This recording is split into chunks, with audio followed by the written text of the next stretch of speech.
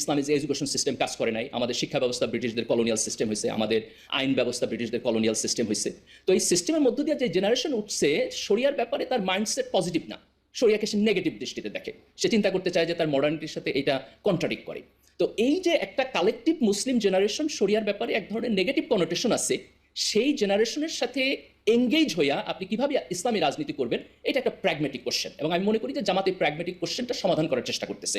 সব জায়গায় সে ভালোভাবে পারতেছে হয়তো না, কিন্তু এটা মাওলানা মওদুদীর মধ্যেও ছিল। মাওলানা মওদুদী থিও ডেমোক্রেসির কোশ্চেন তুলছেন। উনি বলছেন যে ইসলামিক সিস্টেম থিওক্রাসিও না, ইসলামিক সিস্টেম কমপ্লিটলি ডেমোক্রেসিও না, এই দুইটার একটা ফিউশন করতে হবে।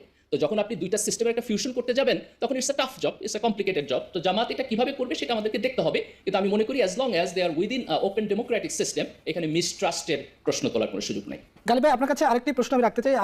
পত্রিকায় জি ঠিক আছে। না, আমি যেটা বলেছি যে আমি মির্জা গালিবের সাথে কিছুটা একমত। পিপল মিসট্রাস্ট করবে না, কিন্তু জামাতের কর্মীরা মিসট্রাস্ট করবে। কেন করবে?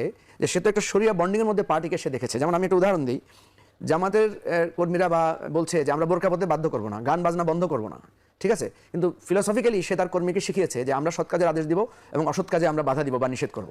এবং শেখানো হয় যে আমরা শক্তি থাকলে হাত দিয়ে বাধা দিব, শক্তি না থাকলে মুখ দিয়ে ইত্যাদি। তো জামাত যখন শক্তি পাবে, তখন তার কর্মীরা চাইবে যে এই ধরনের যেগুলো মানে অপসাংস্কৃতিক জামাতের দৃষ্টিতে, এটাকে সে হাত দিয়ে নিষেধ করুক।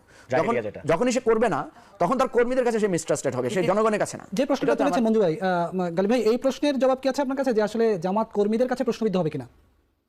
আমি মঞ্জু ভাইয়ের মেরিটটা এগ্রি করি। উনি যে প্রশ্নটা তুলছেন সেটা হলো যে একটা ইসলামী রাজনীতির এন্ড গোল তো তার আমল বিল মারুফ আর নেহি আনিল মুনকার করতে হবে, তাই না? সমাজের মধ্যে ইসলামিক ফিলসফির জায়গা থেকে পরিবর্তন করতে হবে। তো এই পরিবর্তনটা সে কখন, কতটুকু, কিভাবে করবে, সেটা ডেফিনেটলি একটা কোশ্চেন।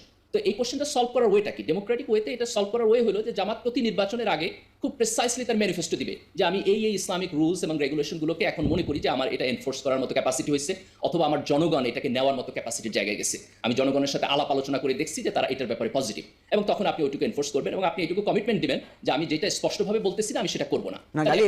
এটা তো জামাত এখনই, তুমি যেটা বলছো এখনই এটা বলতে পারে, যখন বলে যে বোরকা আমি পড়তে বাধ্য করবো না, যখন বলে যে আমি গান বাজনা বন্ধ করে দিব না, বোরকা পড়তে বাধ্য করার কোনো বিধান কি ইসলামে আছে কিনা? না, আমি সেটা বলছি না। যখন জামাত বলছে আমি বাধ্য করবো না, এটাই সত্যিকার অর্থে ইসলামিক মানে রুলস জামাত এখন যেটা বলছে। কিন্তু ওই যেটা বললাম যে আমি ক্ষমতা পেলে হাত দিয়ে বাধা দিব, এই প্রশ্নটা যেহেতু সে এই বয়ানটাই দিয়েছে, এই প্রশ্নটা আমি আমার মৌলিক যুক্তি যেটা যে মিসট্রাস্টটা হবে কর্মীদের কাছে। কারণ গালিব এখন যেটা বলছে আমি এটা এগ্রি করি, গালিব বলছে আমি থরলি আমি গ্রাজুয়ালি করবো, কিন্তু এই কথাটা সে বলছে না। সে বলছে না আমি এটা বাধা দিব না, আমি গান বাজনার উপরে হাত দিব না, মানে আমরা রাষ্ট্রটাকে গ্রাজুয়ালি নিব, এটা হচ্ছে আমাদের এখনকার বক্তব্য। কিন্তু তার বয়ান হচ্ছে যে আমি এটার উপর দাঁড়াবো, এটাই সমস্যা। আমি গালিবের কাছে আরেকটি প্রশ্ন রাখতে চাই। মঞ্জু ভাই, আমি এখানে একটু বলি যে আমি বোধহয় মঞ্জু ভাইয়ের মেরিটটা বুঝতে পারতেছি। তো এখানে যেটা মানে কনফিউশন সেটা হলো যে ধরেন যে এই